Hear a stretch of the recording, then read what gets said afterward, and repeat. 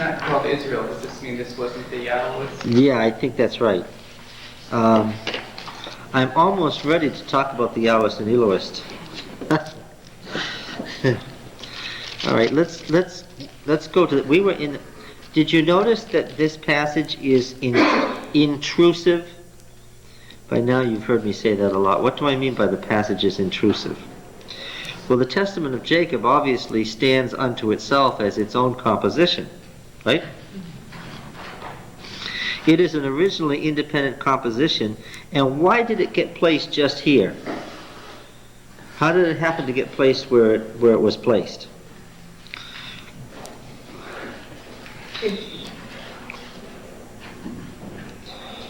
Would it be because of the Exodus? No. The editor put it there.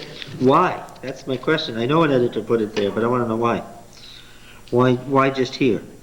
I mean, I know why, but I want to say... Does it indicate to us that Judah was the tribe of... Well, it is, because at we... the time of when things started really happening down there. Yes, certainly, we haven't put it back on the board, but... Well, it fits best chronologically here. I mean, you would want it after 50 because then... Jacob has already died. Yes, but there's something in the Yahweh story that causes it to be here too. What has he just been talking about?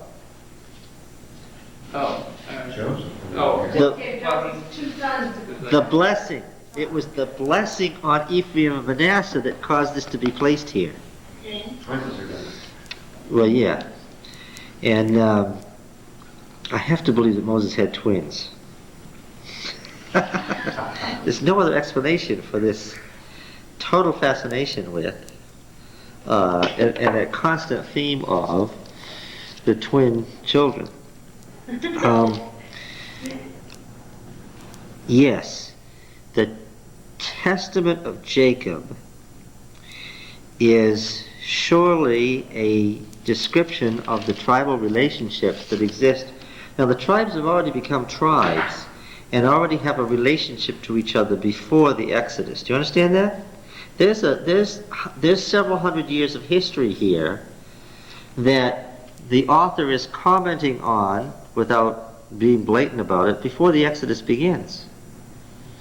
And do you think maybe there was some controversy about who's the leading tribe? I know who the candidates were, certainly. How do I know? Well, who clearly are? Reuben, Simeon, Levi, and Judah. Yes, Dan becomes one. And look, obviously the tribes had a certain position in relation to each other in the Exodus. Why?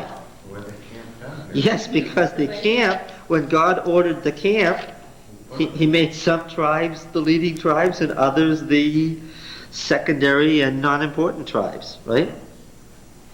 Would this be similar to when they came out of captivity in Babylon, where you had Ezra and Nehemiah?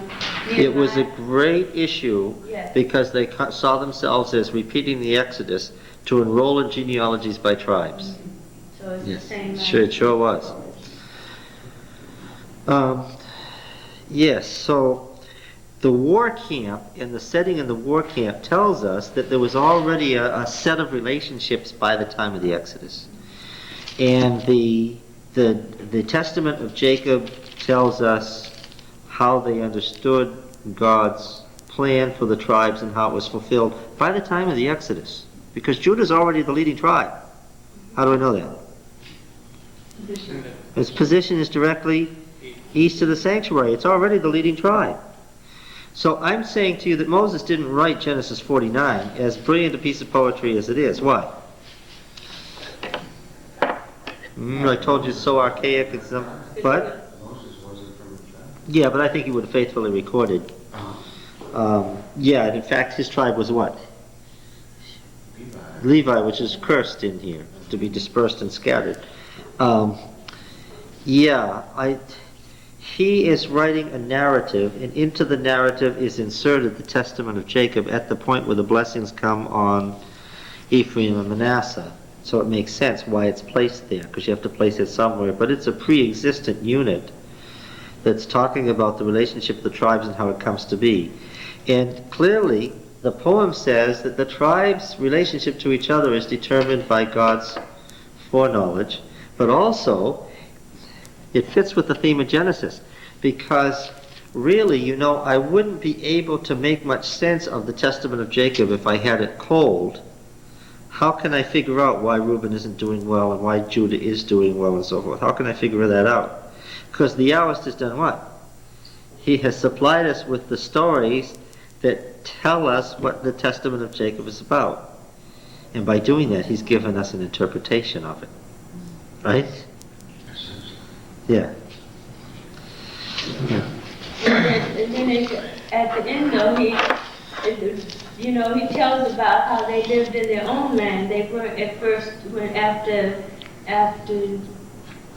the father and all the sons went down, it tells that they lived in their own land of Goshen. So they were separate. So they might have been already separate. Oh yes, I'm sure they had their own tribal relationships already, because they were already independent families. And Goshen, of course, is the Nile Delta.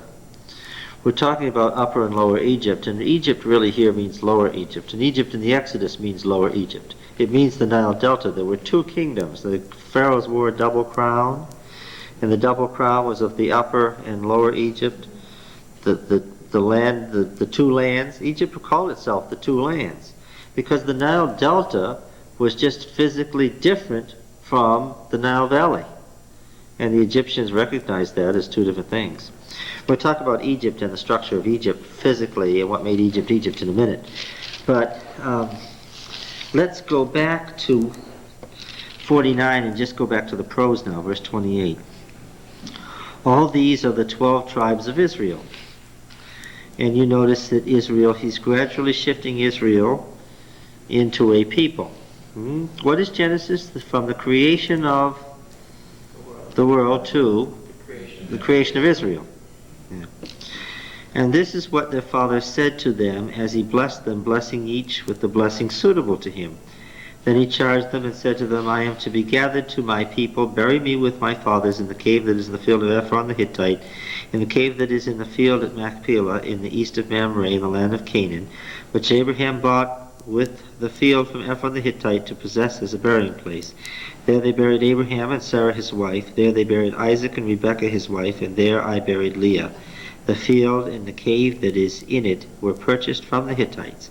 When Jacob finished charging his sons, he drew up his feet into his bed and breathed his last and was gathered to his people. It's an interesting phrase, isn't it? Then Joseph fell on his father's face and wept over him and kissed him. And Joseph commanded his servants, the physicians, to embalm his father. So the physicians embalmed Israel, meaning they made him a what? Mummy. We would say a mummy, yes. 40 days were required for it, for so many are required for embalming, and the Egyptians wept for him 70 days. When the days of weeping for him were past, Joseph spoke to the household of Pharaoh, saying, If now I found favor in your eyes, speak, I pray you, in the ears of Pharaoh, saying, My father made me swear, saying, I am about to die. In my tomb which I hewed out for myself in the land of Canaan, there shall you bury me. Now therefore let me go up, I pray you, and bury my father. Why? This is a theme.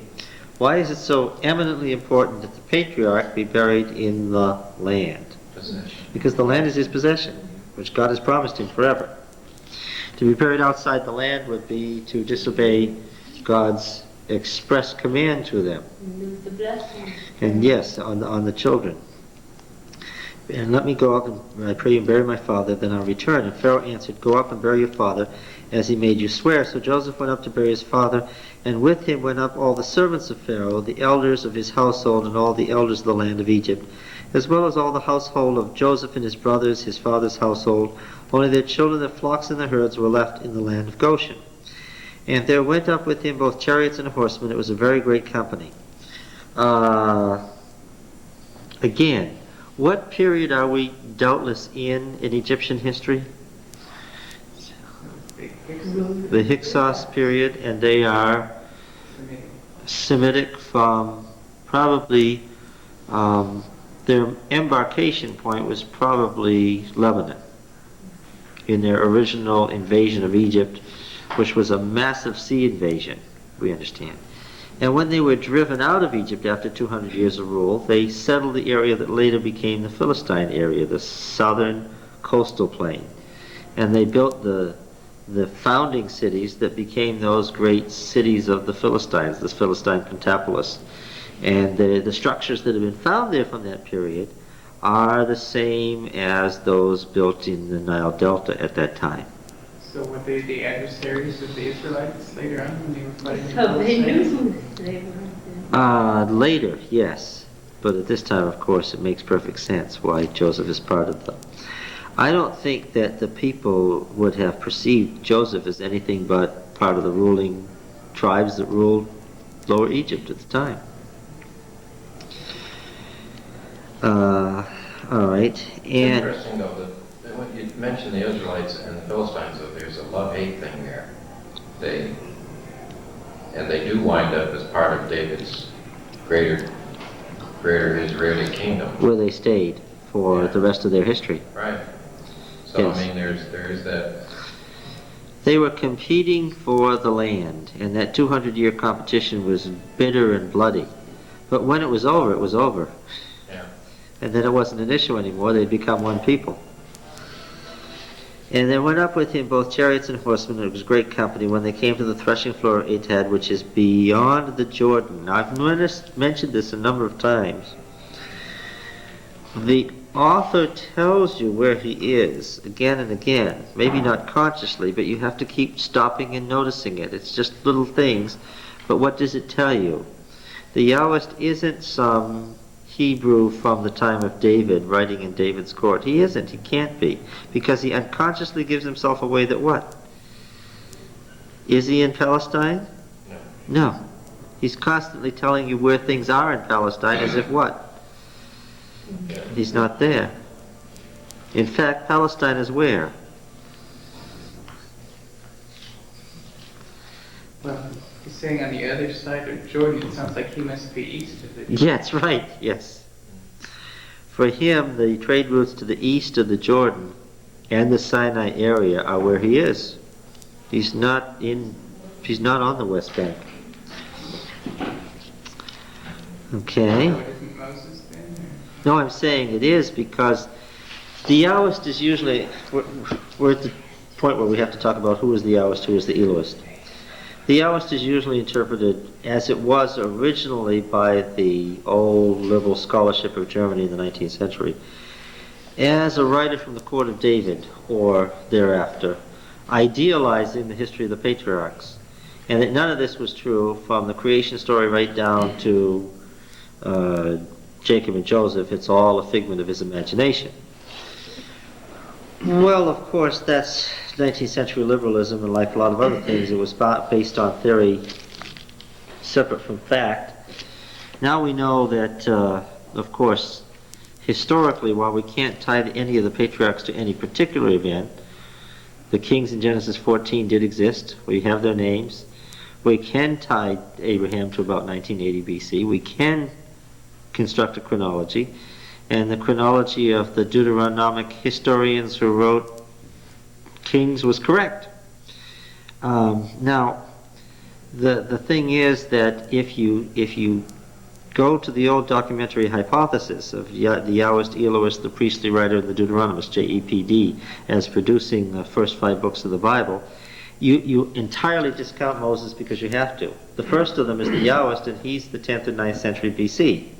Okay, so where's Moses? Moses is a made-up figure of, yes, of this documentary hypothesis. There wasn't any. Okay. And what am I saying? I'm saying there was a Yahwist, and how do I know there was a Yahwist? How do I know that? I know that for sure. How do I know? I read Genesis. I read it with you, and what did I notice? I noticed there was a brilliant writer who stuck to his theme and was very consistent and very subtle, and all the way through, he never departed from his theme. Okay, except that there are too many indications that it's not somebody from David's court. And this is one of them. This person isn't at the court of David. This person isn't even in Palestine. And what's the greatest indication, of course, of date? The greatest indication of date is going to be use of language. It's going to be syntax, which is the structure of the sentences, and it's going to be the words themselves. And again, we have found out that the social structure. How do we know what the relationship is between Abraham and Sarah? It makes no sense until we know Hurry-in-Law. Okay? The meaning of the words is without any meaning until we know Old Akkadian. And again, what do we find out? The background of Genesis is Mesopotamian, and it's from the 20th and 19th century BC. And when we run into Canaanite background, as we do in place to place, again, what do we find out? It's prior to the Egyptian conquest of Canaan. Okay? The Egyptian Empire does not yet extend into Canaan. It is a pre-Egyptian Canaan. And we're stuck with a picture of the world that is prior to the 17th century BC. There's somebody who knows about that. It's somebody who knows enough about the history to be able to tell you in detail. But we also know that it's not somebody from the time of the patriarchs. Why? He doesn't know what the meaning of the name Israel was originally. He does not know that that's an Akkadian word. He doesn't really know the meaning of Jacob. He's confused that with a much later word that means heel. He's not sure why Isaac got his name. Why? He likes to emphasize names in their etymology. And what does he tell us? 3 stories. He gives us 3 reasons, all in his account, which he doesn't consider contradictory. He considers them complementary, but nevertheless he gives us 3 different reasons. Right? Didn't want to leave any of them out because he found all of them valuable. Right? And so what am I telling you? It's not somebody certainly who's writing contemporary to the patriarchs. It's what? Enough time has passed that meanings of words and meanings of social history have been lost. Just as you could look at something from, in Yankee Magazine they asked the guy, what is this thing? Right? It's something from 130 years ago that nobody uses now. Right? We have social history where enough time has been passed that he gives his modern interpretation of what that meant, which is far enough away from the time that sometimes it's right and sometimes it's wrong. How can we be so blatant? Every time you say that, somebody is in the audience wondering, how can we be so blatant as to say that the Yahwist understood some things from the time of the patriarchs and didn't understand other things? How could he possibly have lived in the 15th century BC and we live in the 20th century AD and say we know more about it? Is that possible? Ironically, it is. Right? Let me repeat to you again. Nobody in Joseph's day knew who built the pyramids, and their legends about who built them were wild and crazy. Almost as crazy as some of the pyramid stories that go on today. Right? Where did the idea come from that a master race from the skies came and built the pyramids? Say where did it come from? That was a story that floated around in Egypt in Joseph's day. They believed that spaceships had come with a master race and built it. They really believed that. That's because they were too far from it. And you have to remember, history wasn't so important in the ancient mind. Why? The idea of history is not as significant. Why? The cyclic thing. Yes, because things are cyclical. Why retain history? It's unnecessary. Why? Because time is cyclical, not linear, therefore what? We're just going back to where we were. If you want to know what happened in the past, what? Wait. Well, except that the histories of the kings were very important because almost without exception they had to trace them back to God, to the God. Like the Japanese still do. 117 generations directly back to, Yes. But if the Pharaoh went up there to Carchemish and lost, which he did, and lost his entire army and barely escaped with his life, what would the Egyptian historiographers write? It was a great victory. Oh, absolutely. Yeah. I mean,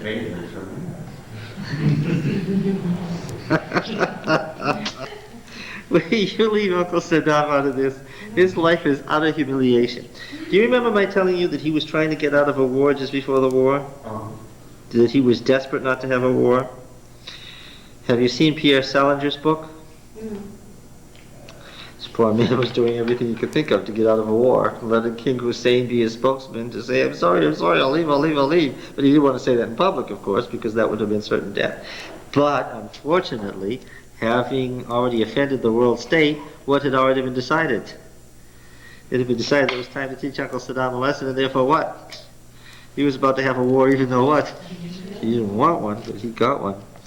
Too late. Now let's see, get back here. We're talking about the subject, who was the Taoist? Why would the Taoists have created this unified history of the world from creation to the incorporation of Israel?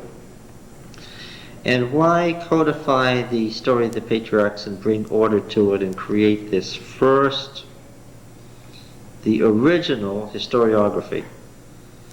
And when you think of writing being largely poetry, let's go back to what myth is. You see, prose and writing, historiography, began in the Bible.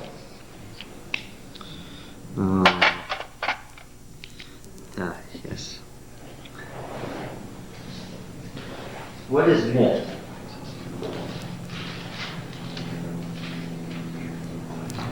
Technical sense now, not our modern popular sense of it. It's a myth, it's not true, it's a fable, it's a fiction, it's whatever. It's not what we mean by myth. What is myth? First of all, a myth was a story told in poetry. And poetry immediately takes us to what? To multiple levels and multiple meanings. A myth was poetry, and a myth was religion. All right, let us take the story of Baal. I have recounted to you on various occasions parts of the Baal epic. What else was a myth? A myth was science. It was what was observable. Now, the idea that the same thing was science and religion, you've got to understand you're prior to the 18th century A.D. Nobody split up science and religion until the 18th century A.D. That's a modern invention. Poetry, multiple levels, religion, science. Okay, now science, I would also say it's history. It was their concept of history. Let us take, for example, the Baal epic. Let's go back to the known parts of the Baal epic with which we're so familiar. I've told the story so often you probably know it yourselves. Do you remember this time that Mot, the god of death, because that's the Semitic word for death, isn't it? Mot. But it's capital M, Mot, the dragon of death who lives in the underworld. He challenged the gods of the upper world who were on the cosmic mountain to a battle. And this is the classic battle between life and death. Why did the ancients have that in their mind? Because they observed that there was a struggle between life forces and death forces around them in nature. Okay, and remember, they worshiped nature because that's what they could observe. Those are the great forces greater than man that they could observe to be worshipped. Okay, now what happened? Well, the gods were in a terrible upheaval about what to do about this challenge. They were in that tent shrine up there of Els on the cosmic mountain. It had two rooms in it. There was an outer room and an inner room where El sat on his throne, and there was a veil, and you had to lift the veil and go in, and all the gods met him in council once a year. And we're going to talk about all of this when we talk about the building of the tabernacle in Exodus, yes. And I'm getting really close to doing that. Let me hold my nut. I was right on the edge there.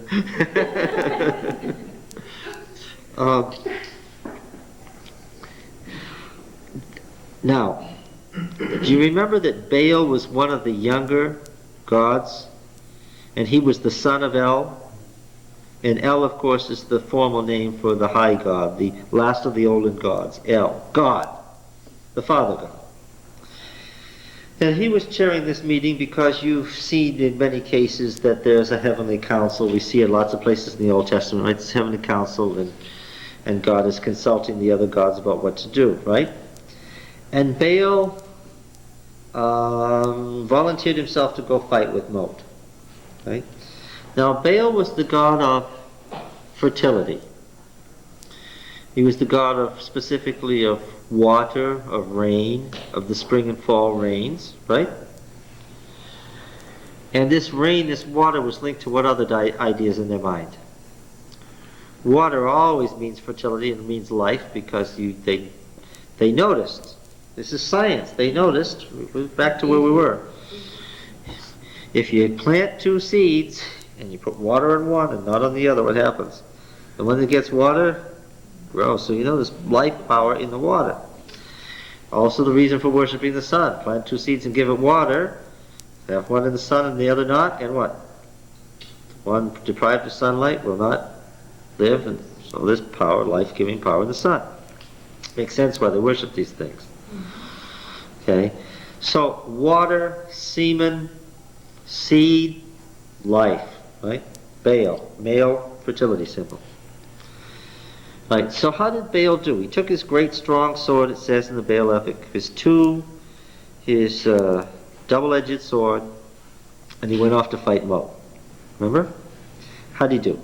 Mo killed him, chopped him up. Yeah, yes. Chopped him up, making him what? Into seeds. Seeds.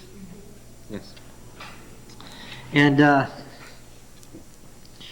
Baal had been reduced then to his most, as far as they could tell, his most microscopic or basic elemental being, seeds. Got it? Now then, he was gone, and what was the reaction of the gods in the upper world, the gods of life that he represented? Because he was their champion. This is the battle of champions. We see it in David and Goliath. We see it in several other places in the Old Testament. It's the battle of champions. You don't have to have all the forces of the universe fight. Just have the two champions fight. You'll see how it's going to come out. All right, so what happened? The gods, what was their reaction? How did the gods of life, how did their reaction to the death of their champion?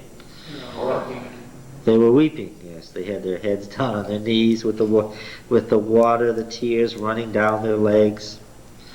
Okay, and who's the hero of the story at this juncture? Baal's sister Anat. Let's give her Western name, Ishtar, Easter, which means this is the spring, right? What did she take it upon herself to do? Female fertility now. Baal was phallus, male fertility, and it is female fertility, blood up to her, and of course now we're talking about menstrual blood, multiple levels, right? Blood up to her waistline, okay? The goddess of war, because life and death are the opposites that are in her. And what did she do? She went down to avenge Avenge her brother. bring him back to life. I should have mentioned that her brother was her husband. I don't think I mentioned that before, because these are the two great male and female symbols of fertility. And you remember she repeated the famous words that are so significant. So you turn up the Bible and the Son of God, thy Father calls thee, come forth. Meaning Son of El, meaning the El up there on the cosmic mountain. And how long had he been dead? 3 days. 3 days and 3 nights, yes. And so the resurrection then occurs. She puts him back together. In fact, she's even described as putting him back together. And he is resurrected then. Which has taken Mot, the god of death, by what? By surprise. He didn't expect this. And this is the legend that goes all the way down to St. George and the Dragon in the Middle Ages in Europe. The same that comes from there. Now we're talking about, we first encounter this in Ugarit in the 24th century BC, 500 years before Abraham. It's the first time it's written down that we know of. It probably existed long before it was written down. But when Ugarit was burned, and the walls of the royal palace collapsed and they fell over the Ugaritic texts. But it was very ironic. The Ugaritic texts were written on things that would have crumbled. Clay, Yes, but the heat from the fire baked them. Isn't that ironic? And there they were under this wall that collapsed in the royal palace, and the heat baked them hard, waiting for somebody to find them in the 1930s. Oh yes, the whole Ugaritic language, so much about Hebrew didn't make any sense. This is northern Canaanite, and Hebrew is southern Canaanite, and so when you got the other half of the language, you could read lots of different contexts of words and things. A lot of things became clear what it was all about. Now, what happened next? Baal killed the dragon by doing what? He did what? Yeah? Crushed his head. Yeah, crushed his head. Because the dragon had dragged him down into the underworld by the heel, and it was the head and heel imagery. Alright, and he crushed his head with the sword, giving it a mortal wound. But because nature is cyclic, what do we know is going to happen with this whole myth? It's going to go through again, the deadly wound will be healed. Yes. Alright, then comes the entry into the cosmic mountain, and then there's the entry procession, and we have this entry hymn in the Psalms that is taken right out of this passage. Lift up your heads, O ye gods, be lift up ancient beings, that the King of Glory might come in. And they say in surprise, because their heads are still down between their knees weeping, they say in surprise what? Who is this king? Who is the King of Glory? Yeah. And it's Baal, strong and mighty, mighty to save. Okay. So Baal comes back and is presented before El. And it's this presentation scene of the son of El to El that is the background of Daniel 7. And you might read Arthur Furch's Daniel 7 and Ugarit Reconsidered. Okay. Now,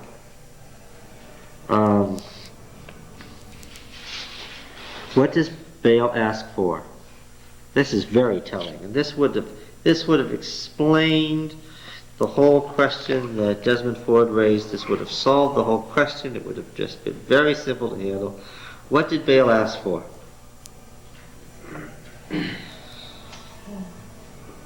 Huh? Kingship. He asked for kingship. Thank you. Yes, he asked for eternal kingship. He asked that the kingship pass from El to him, that he become king of the gods. And what did he ask the gods to do to outwardly symbolize his eternal kingship? He asked that they do something for him. He wanted them to do something. What was it he wanted them to do? Build a house. To build He that. built him a temple. Yes. And in the Baal epic, the dimensions of the temple are given.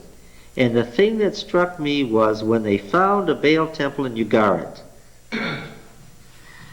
What size was it?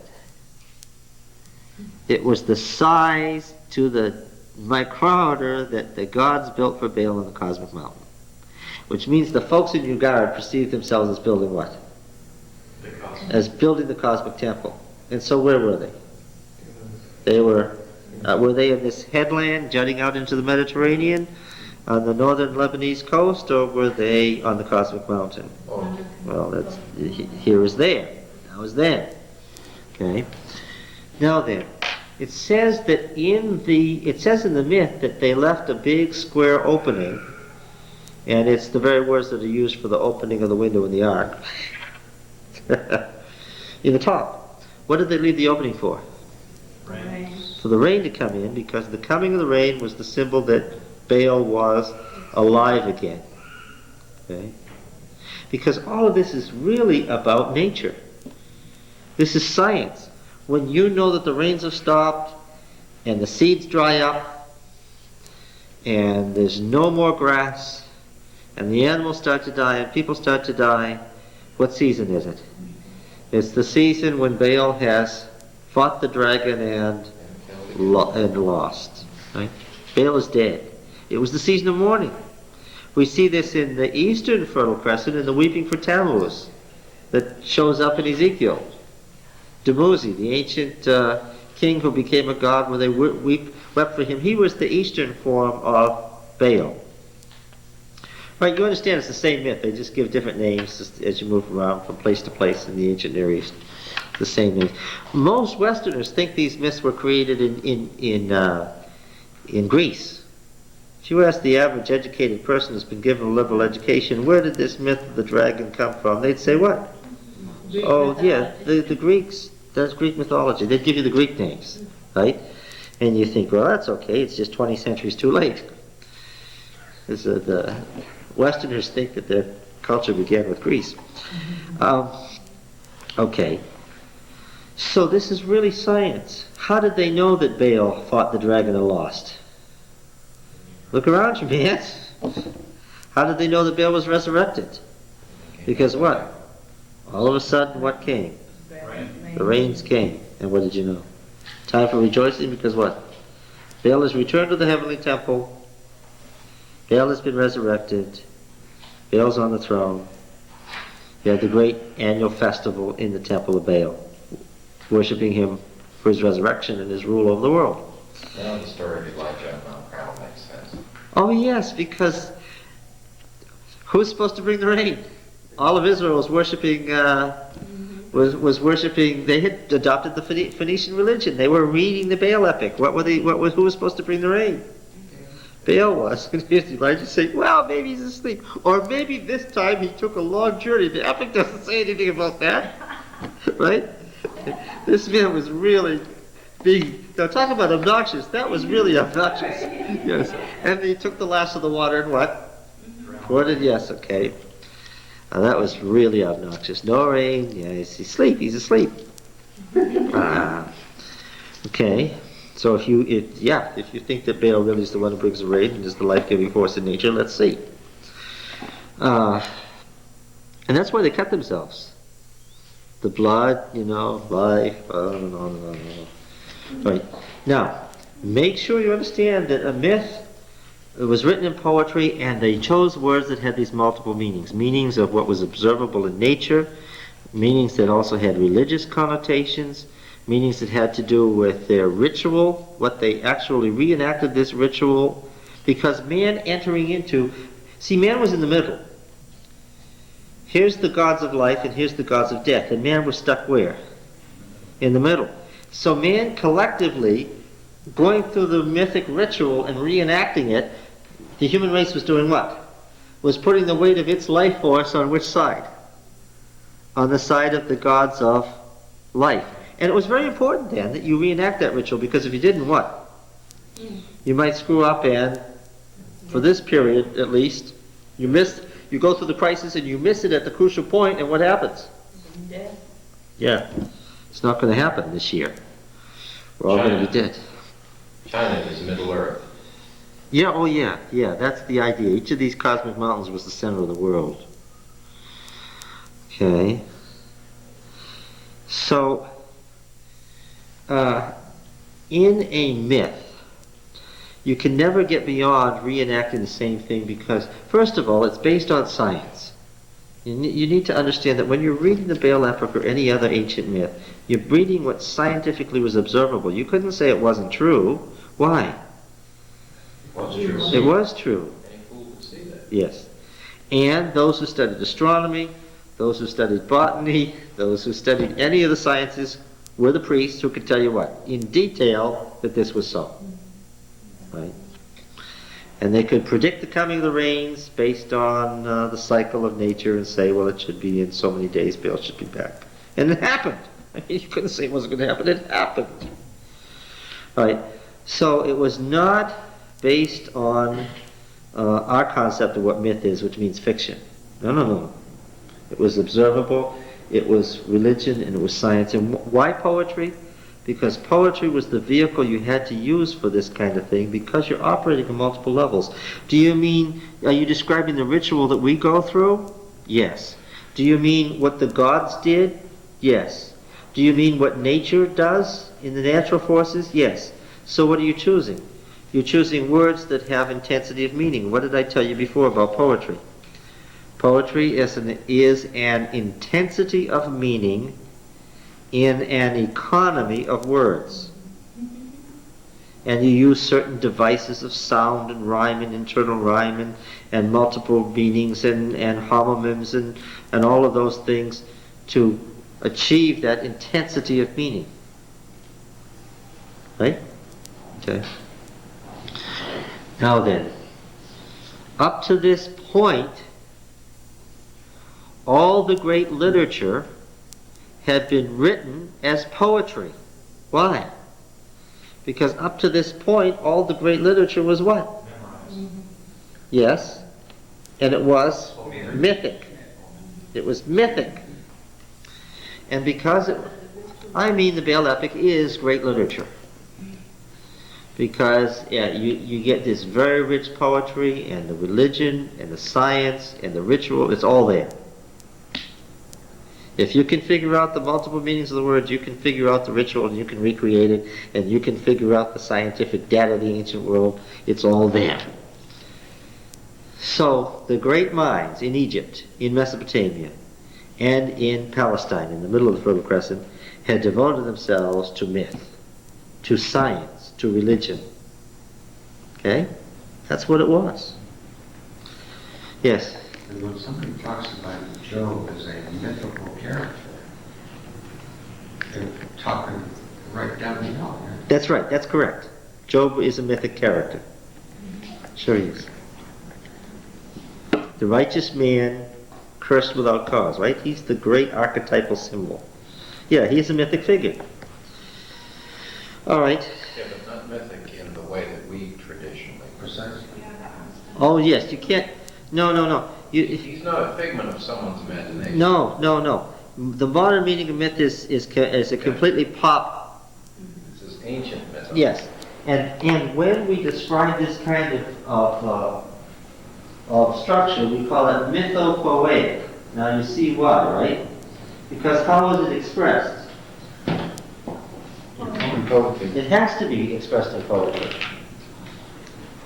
Otherwise, you'd have to write a treatise on the history of Baal, and you'd have to write a treatise on the liturgy of Baal, and you'd have to write a treatise on you'd have to write textbooks.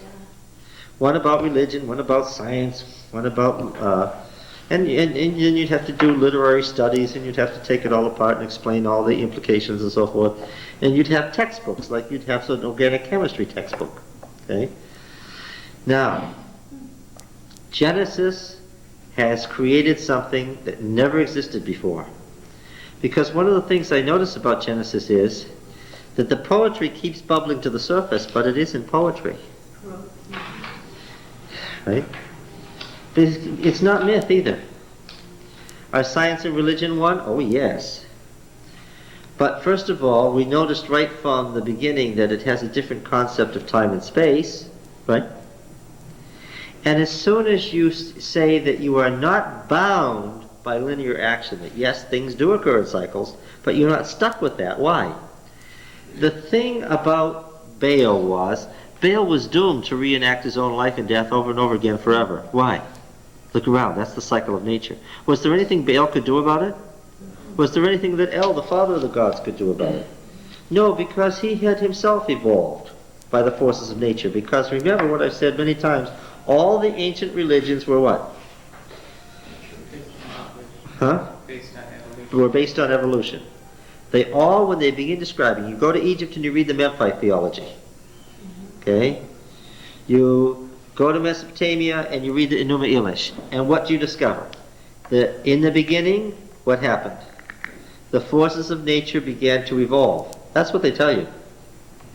Why? Because nature evolves. There's nothing personal. Right away in Genesis you encounter something quite different.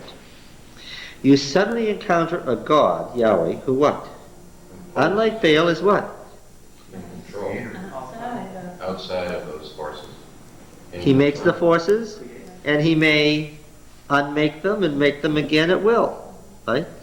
Now, Genesis, first of all, starts you out with a different conception. There's a God who didn't evolve, who what?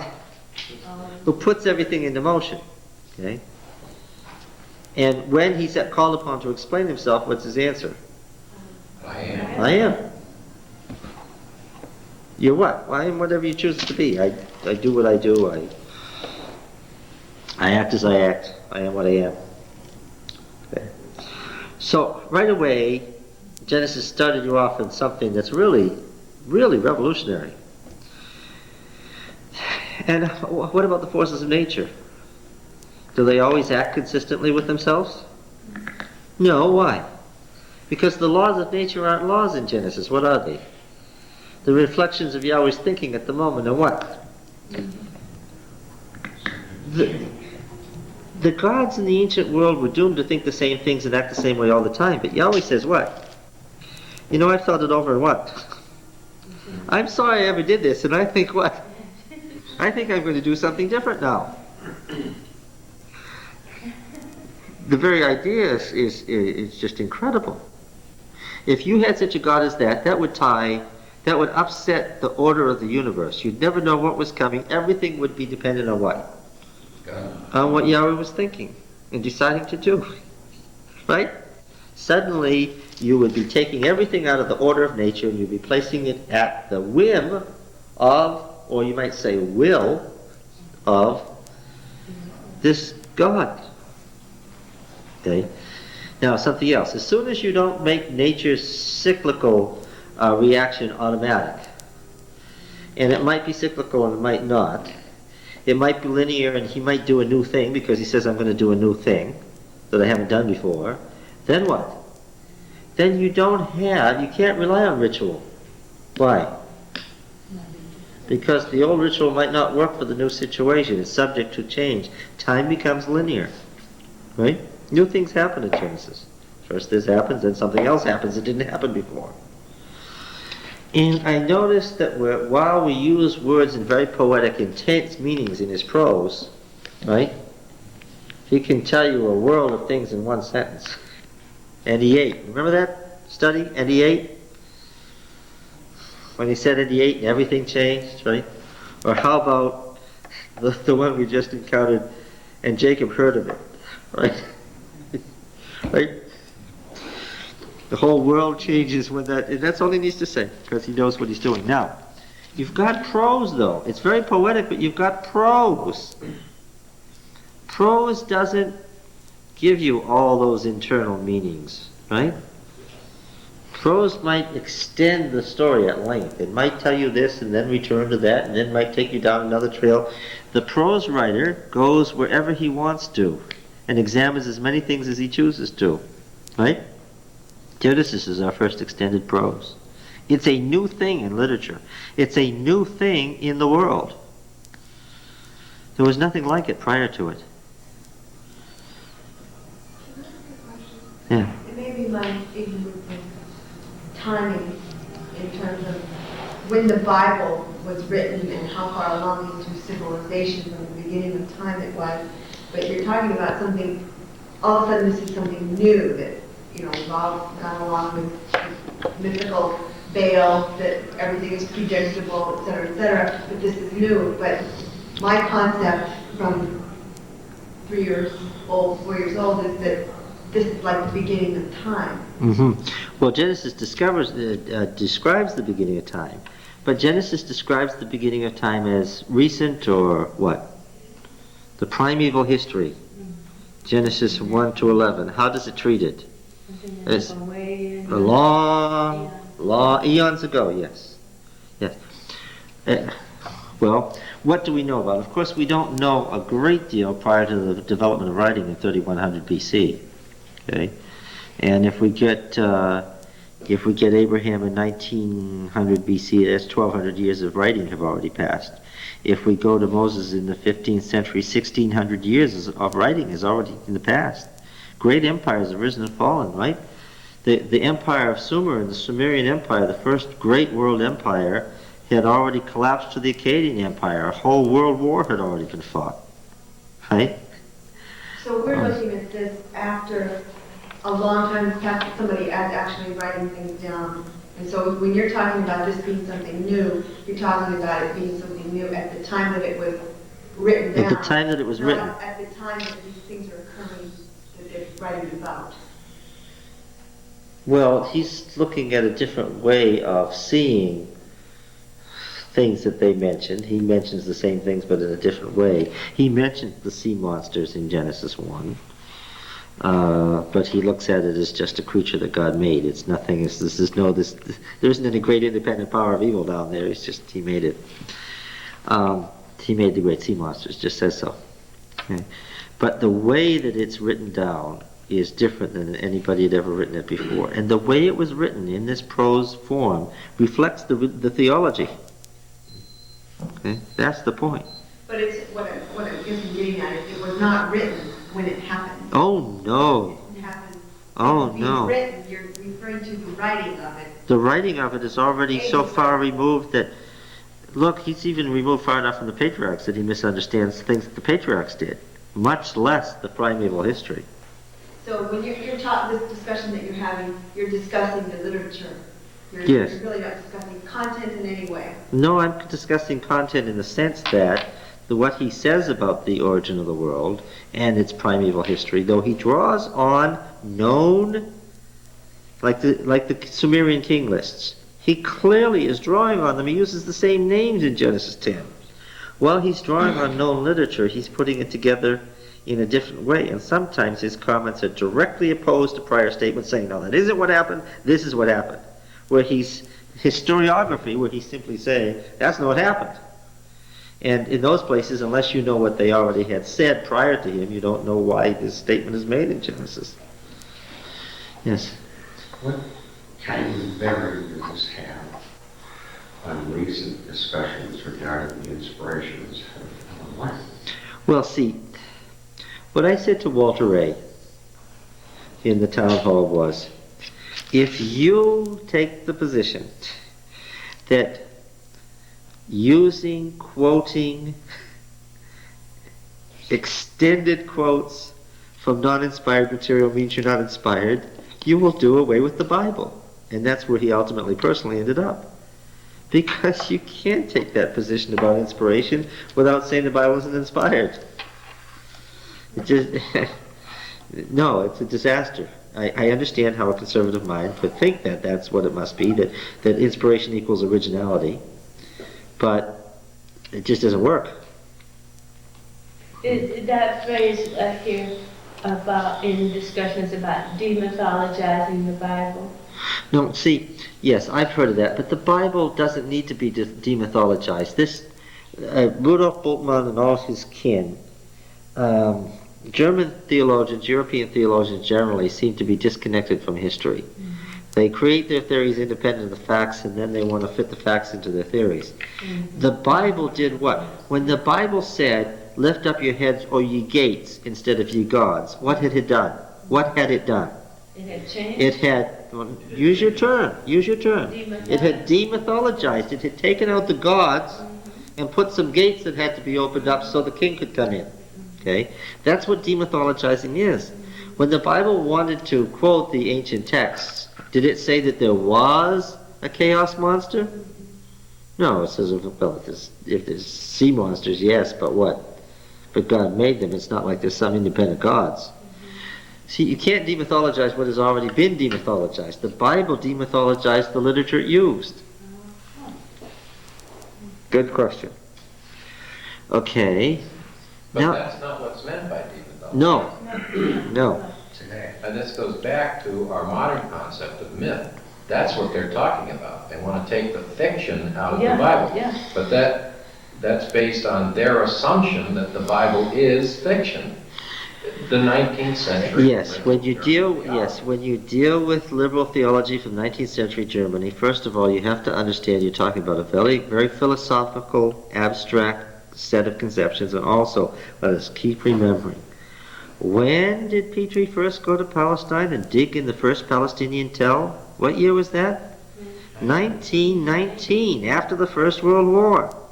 The thing that it's hard for us to realize because it happened prior to our lifetime and therefore seems like it's always been. If something happened before you were born, it seems like it's always been that way, right? But in 1919, the first Palestinian tell was cut into to see what was inside it. That's how recent our knowledge of the ancient world is. Really, it was in the late 19th century. I gave Dr. Garrity a copy of Austin Henry Layard's Nineveh and Its Remains, with the first edition that I bought in Maine for $10. A first edition of the first work of archaeology, 1854. I found an original edition of the first archaeology book ever written, Nineveh and Its Remains by Austin Henry Layard. That's how recent it is. I could go up to Maine and find in an old bookstore the original book. Is that possibly why, like Don was saying a little while ago, 22 years or however long he said he had been studying Bible, etc., that it has never made sense to him like it does now because our teachers didn't have that background. That's correct. And so they're just going on about this the same as the European philosophies or whatever that we... Well, what happened was that the European philosophy was, of theology was liberal. And when it began to make its ways into American universities, what did conservative Protestants do? Yes, and they became fundamentalists. Don't think about it. The Bible's the Word of God, that's it. Don't tell me about all this stuff. Okay? And it took a while to figure out that a lot of this stuff explains all sorts of things. Like you were saying, what Elijah was up to on Mount Carmel. But a lot of people, it still hasn't entered into the presentations that, No. that people are getting. Yeah, That's in our right. church or any other church. No. That's right, and when I started studying, you know, after one semester, I came to class just in a daze. Yes, And I'll I testify to wondered. that. I was there. I was there. I'll testify to And that. I said to him, if this church is one church, why doesn't everybody know this? Yeah. And I was really upset that Yep. we... She had a real Southern Baptist Yeah. atmosphere around her. And I'm talking about the Baal epic, and you could tell her head was aching. Like, what happened to my Bible? Right? Yeah. Yeah. All right. But you'd still be disfellowshipped for a sermon like that today in Seventh Month, 99.8% of all Seventh-day Adventist churches. And yet most Adventists are so curious about the Bible. When you Yes. take them along slowly, step by step, they can handle it. I'll testify to that, but Yeah. when you hear, I mean, it's different. To understand and have somebody spend the time to understand. It's like connecting the dots. It's like, no, I mean, really, it's like it was all there, but it never been connected before, so that it made a picture.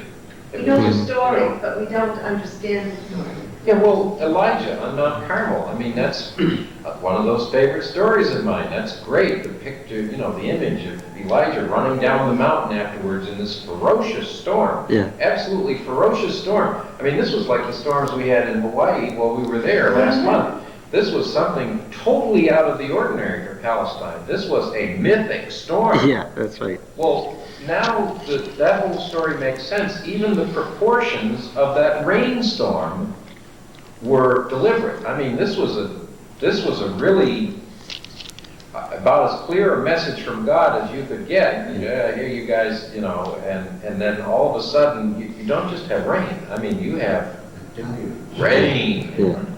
Yeah. I mean, it makes sense, only it makes so much more sense now. I mean, that was just a neat story. I mean, isn't that great? Yeah. Clear up in it.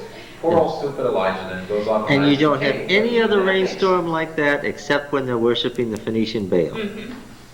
When the Baal epic mattered.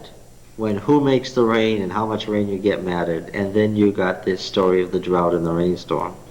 Yeah. Right? And you don't have anything like that at any other time in the whole history of Palestine where it's an issue in the Bible. Right? And if you didn't know the Baal myth, you wouldn't know why. Exactly. And I think so many Adventists and other Christians too are afraid that if they know that this thing happened this way, and it would seem to be a lie, a myth, that it would destroy their faith. But That's what people are afraid of, Yeah, yes. but they don't realize that it makes their faith in God stronger by knowing this and knowing the fight. It can make your faith This is where the stronger. ads on TV make some sense, though. Inquiring minds want to know. Yeah. Not everybody has an inquiring mind. Yeah. Yeah. Well, yes, I have seen with my own eyes. You tell somebody that when Baal and his entourage came back, led by Anat, that her announcement was, lift up your heads, O ye gods, and be lift up ye ancient beings, that the King of Glory may come in. It was those words for word. And the answer from the gods as they looked up in surprise was, who is this King of Glory? And the answer came back, I've seen people in utter dismay. That all of that was the entry ritual of Baal, and the Baal epic is just bad news. Real bad news. Because they're afraid now what does this do to the Bible? Like it's gonna, maybe their faith isn't based on the right thing after all. That's where the scaredness comes in. Yes. All right, so, what? In the whole thing, the thing that I find is that the clearer the picture of God we get, the easier it is to understand. And Well, the Bible's the Word of God. God's thought made audible. And you can really see in Genesis that God speaks in what? God speaks in the language of the people of the times. Right? is. Yeah. Is it also partly that we want to think that we are not, or we're too good to have been influenced by what Yeah. we consider heathen? Yeah. Well, she was mentioning that when I mentioned the hot cross buns and David sending out the raisin cakes and so forth, and we got into this about the mandrakes. Yeah, because we wouldn't put a steeple on the church because that's pagan, and we have a Puritan tradition which we inherited from the Puritans.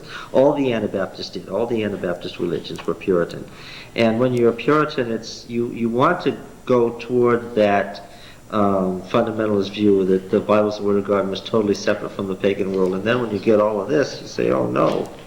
But Right? that overlooks that what that's doing is mangling the perspective is that this was written to correct what everybody believed that wasn't quite right. This is like seeing through when you look into the water and you stick a ruler in there and it looks like it's over there. I mean, that's the way everybody saw the world, and this was the attempt to straighten out the ruler and get it. Which you couldn't do What's unless the you history spoke in that perspective? language. You couldn't Of course. straighten it out unless you talked in that I language. mean, the Baal epic was true.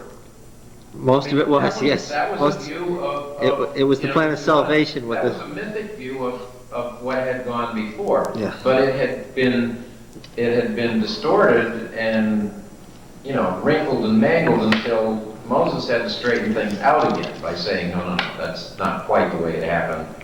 Close, but no cigar. Mm-hmm. Mm-hmm. And that's what troubles me about the Baal epic, it's like, and I used to think that way myself, this is kind of nonsense, all this baloney about. But it's so much clearer when you... Now, what happened to the need to reenact the ritual to save the world and save life once you read Genesis? So See what happened to it? Yeah, what We happened? still have it. Huh? We still have it. Yes, but what happens in Genesis to the need to reenact the ritual in order to save human life and get the Goes fertility away. of the gods? How do you get the fertility of the gods? Yahweh does what? Yahweh elects you and what? He blesses you and you cooperate with him and you get it. You don't cooperate with him, you don't get it. And cooperating with him doesn't mean reenacting a ritual, does it? And you can't quite figure out what it is you're supposed to do either sometimes. No, because the patriarchs are muddling through. Right. But it's all dependent on Yahweh, isn't it? Jacob's living his life and he's doing the best he can and he's having his ups and downs, but overall God's acting through him to save history, and what's going to happen to Jacob as long as he doesn't screw it up? And he's going to make it. Why? Because Yahweh's sovereign will has decided that this is the one. Okay? And so you have in Genesis also what happens to localized gods. Baal is the Baal of all the world, yes, but you worship him as the Baal of this oak tree and this spring. He's the Baal of you have these mythic places where supernatural power is available to you, and you go to that oak tree and that spring because that's where that's the idea. Yeah, because that's where the power is. The gods were local, right? And where is Yahweh? Wherever he chooses to be. Where do we find him? Oh, he's in Egypt. He's dabbling around with the Pharaoh and Abraham. Why was there so much emphasis on the people having to go to Jerusalem to worship? Oh, we haven't gotten that far yet. Obviously, that could never have been the case while myth was ruling the world, could it?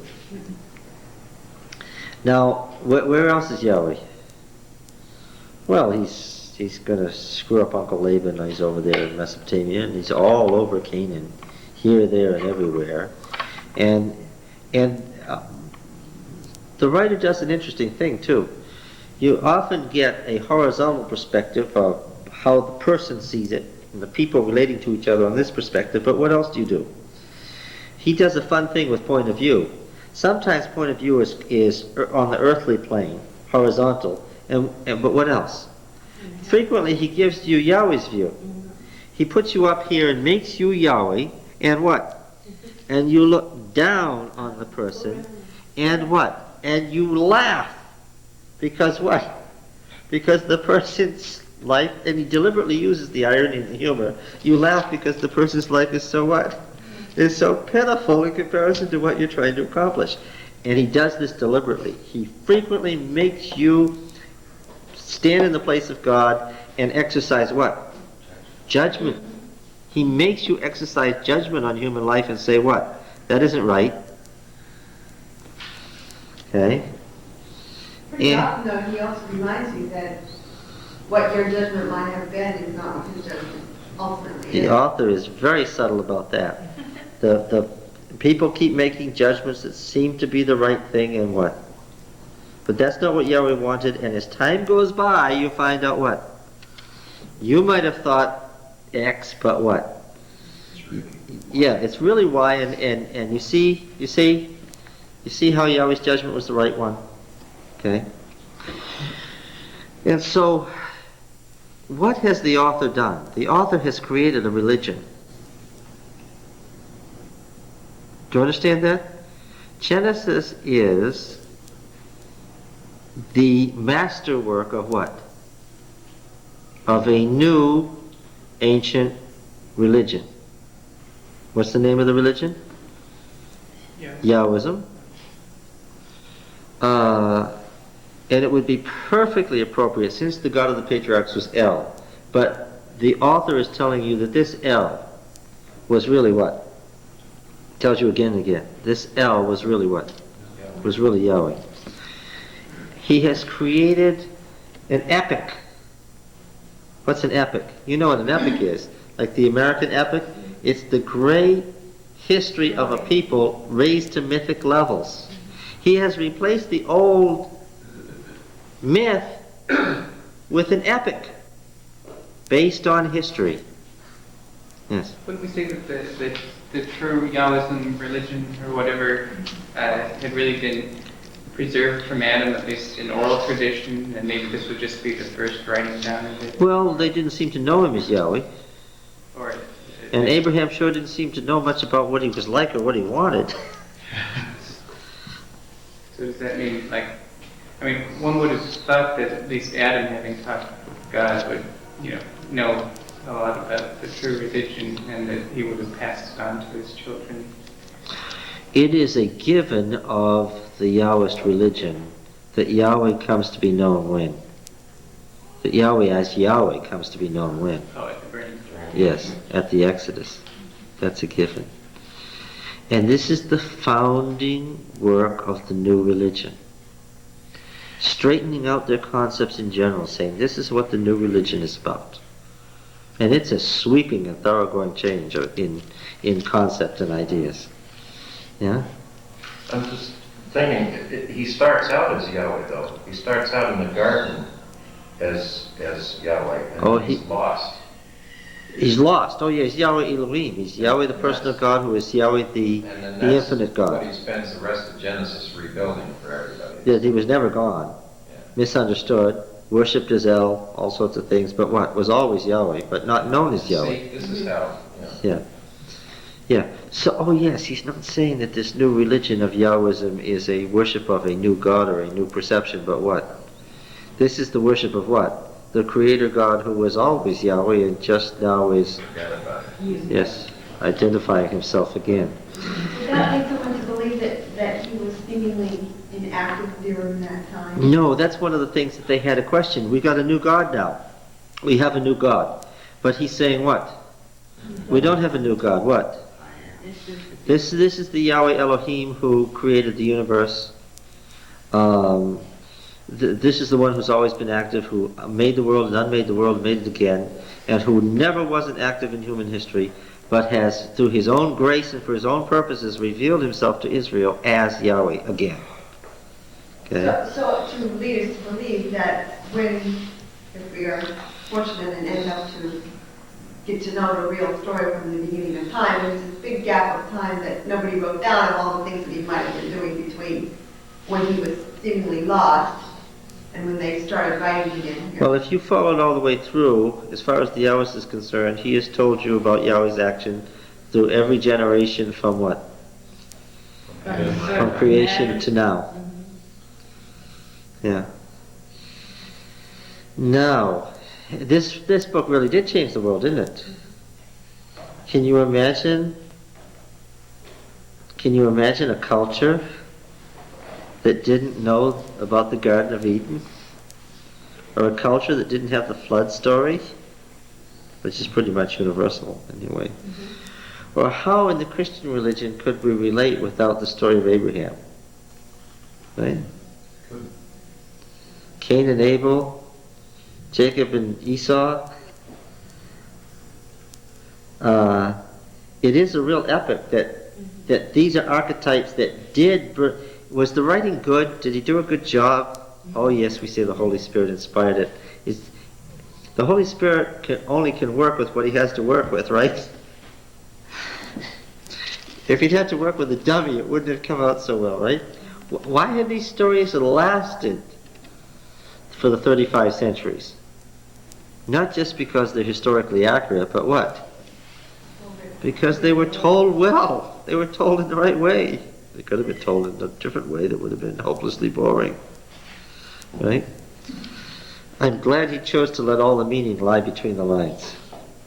Right? It made it so much more interesting. Wouldn't there be people that would disagree with you? Yeah, I was going to say. Because when it lied between the lines for all these years until 19 whatever, when they started digging up Yeah, they would the say, real story. No, I'm talking about the characterization of how he wrote. Instead of explaining to you what Jacob's reaction was when Reuben did what he did, what does he do? let you Jacob heard of it. Yeah, he lets you imagine that. draw your own consequences to You're that. adding immensely to the meanings of a story by filling in the historical Oh yeah. information that No. any layperson would never have. Okay, but now let me just say something about that. All that we're trying to do by doing that is to get ourselves back to where? Where- To what his audience already knew and didn't have to be told about.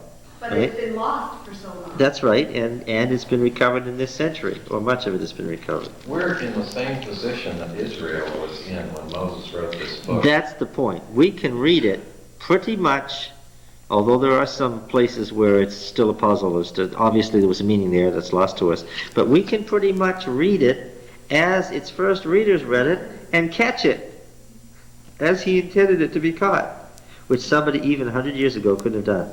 They could have appreciated the story and how it was told and thought it was wonderful, but they still might have missed the point. Yeah.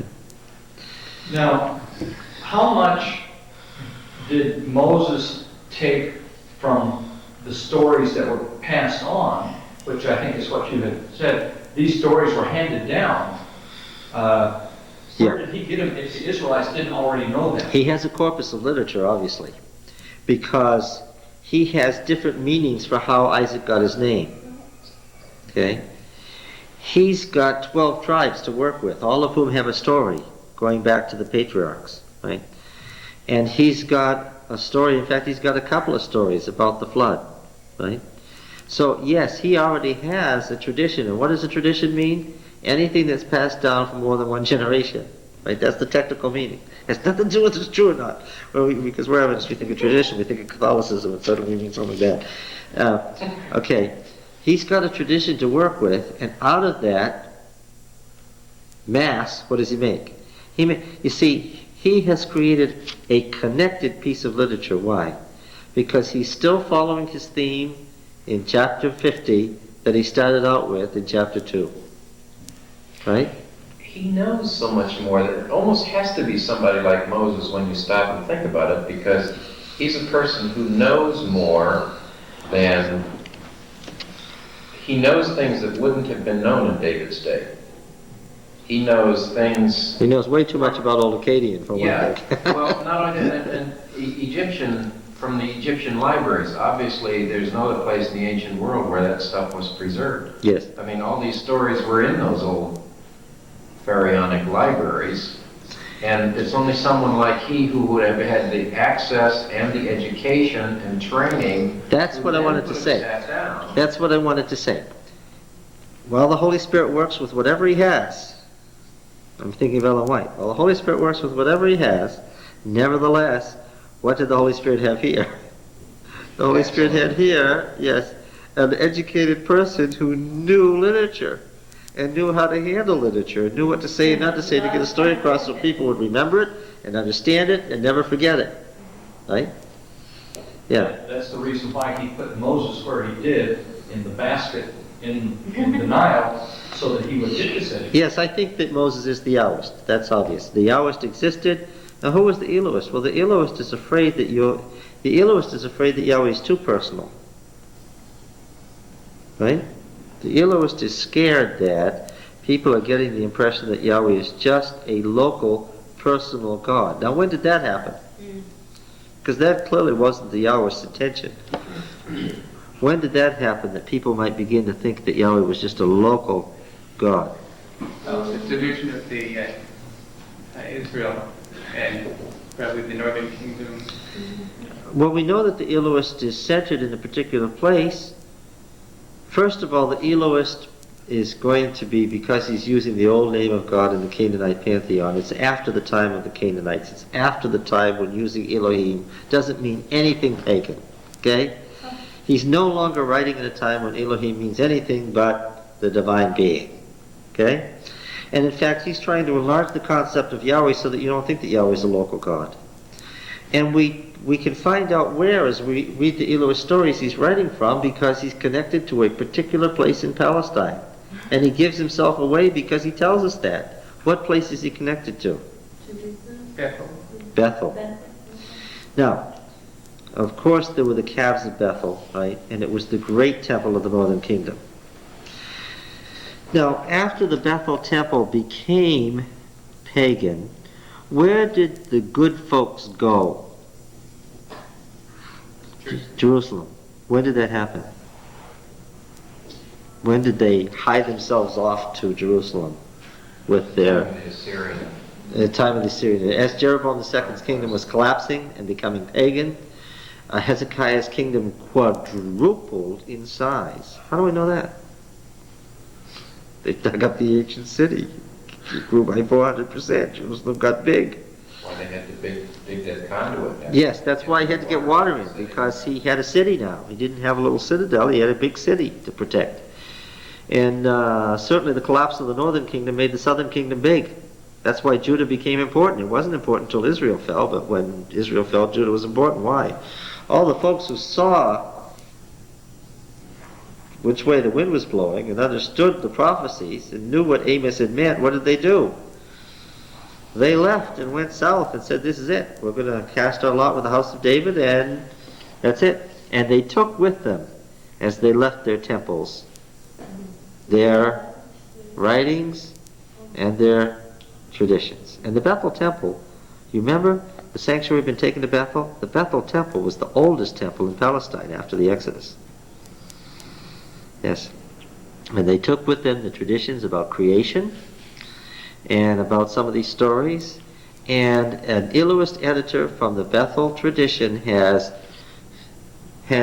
updated certain passages in Genesis. So there was never an alternate Genesis by a guy named the Elohist. There were never two sets of stories. Never happened. There was never two flood stories or two stories about the patriarchs. Where he felt it was necessary, the Elohist writer has done what? Intruded.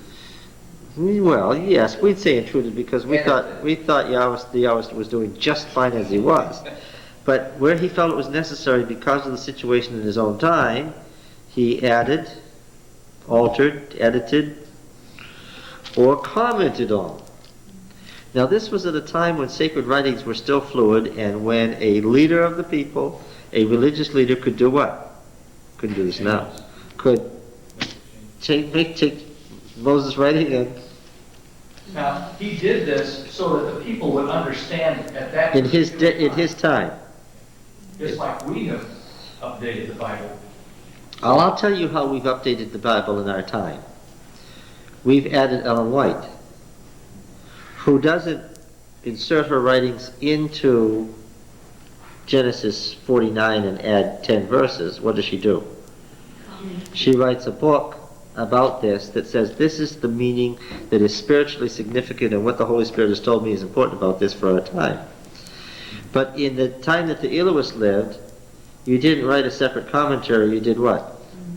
You put it right in there, into the text. And of course, after the exile, the text was frozen. To say that this process, as the liberals did, say that this all happened in the 3rd and 2nd century BC, that's way too late. By then, the text was sacred and traditional and untouchable and had been for centuries. Right? By then, nobody was thinking about adding on to the Bible, because it was already the Bible. Right?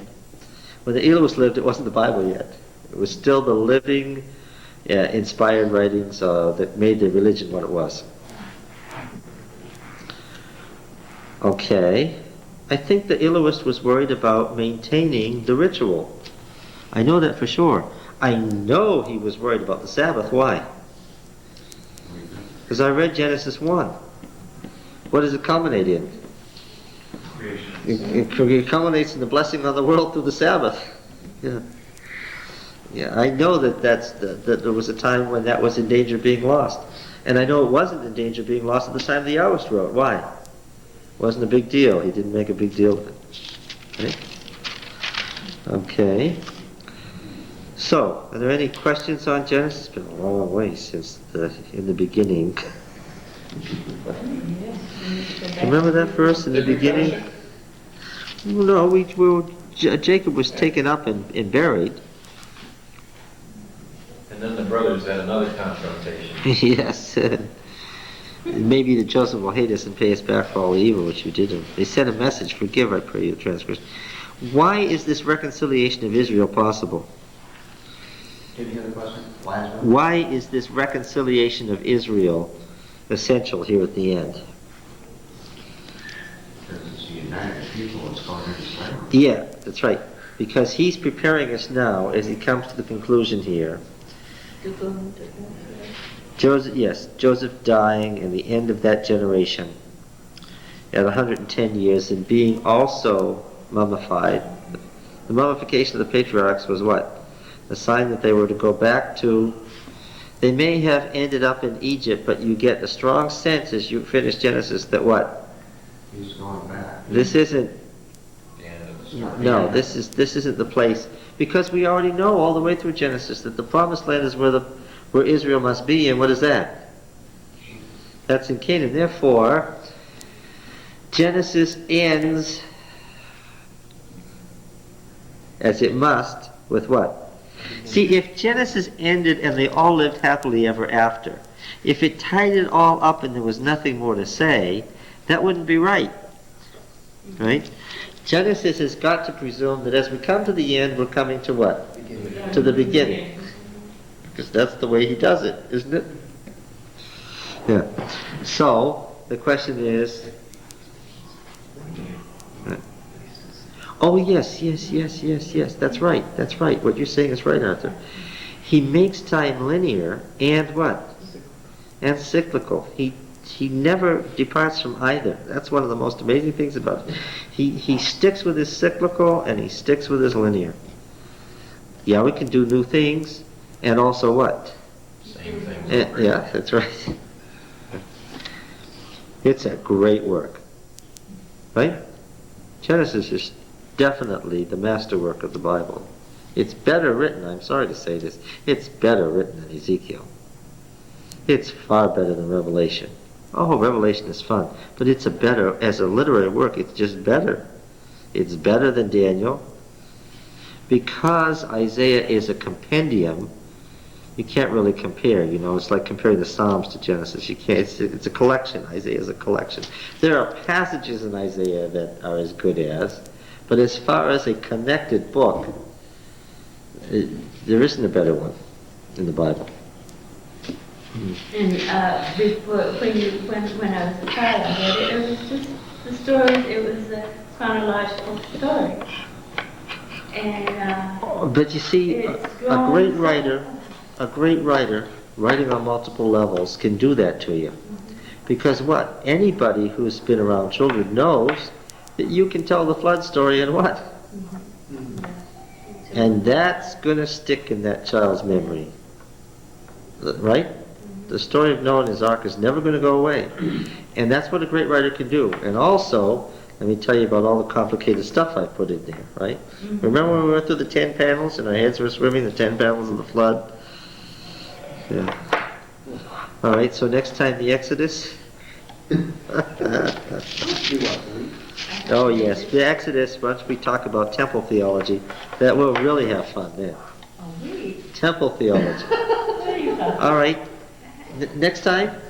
It's taken us 6 months. All right, to we get gotta this. find our lost brethren here and get them back. Okay, next Friday night, is that what we're doing? We're doing it Friday night, right?